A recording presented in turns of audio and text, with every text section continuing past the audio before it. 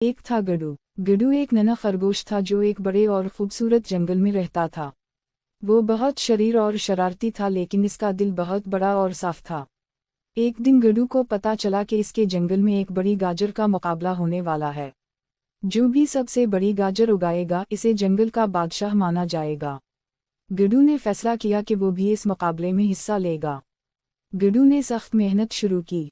रोजाना सुबह सवेरे उठकर वो अपनी गाजर के पौधे को पानी देता, उसे धूप दिखाता और उसकी हिफाजत करता। गडू ने कई महीनों तक अपनी गाजर का ख्याल रखा। उसने अपने दोस्तों से भी मदद ली और उनकी सलाहियतों से फ़ायदा उठाया। आखिरकार वो दिन आया जब मुकाबला होना था। सब जानवर अपनी गाजरें लेकर आए। गडू की गाजर सबसे बड़ी और खूबसूरत थी।